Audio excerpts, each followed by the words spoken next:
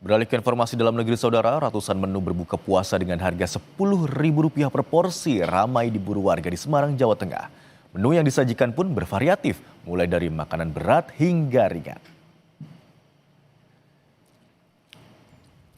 Menjelang waktu berbuka puasa, lapak serba Rp10.000 yang berada di Jalan Menoreh, Kelurahan Sampangan, Kecamatan Gajah Mungkur, Kota Semarang, ramai diserbu warga.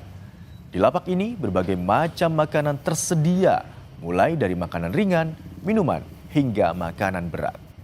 Salah satu penjual di lapak 10 ribuan menyebut semua makanan dan minuman yang dijual berasal dari pelaku UMKM dan ibu rumah tangga.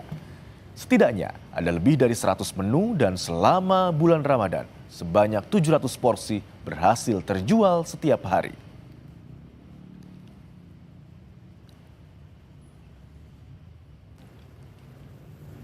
Takjil atau makanan ringan, tapi juga ada dalam kemasan yang sudah ada nasinya, lauk-lauk beragam, kurang lebih dari 100 menu, Mbak. Hampir setiap hari kita sajikan di selama bulan Ramadan. Tujuan lain dari lapak ini itu memberdayakan UMKM di sekitar yang mungkin tidak punya wadah atau tidak punya waktu untuk menjual produknya.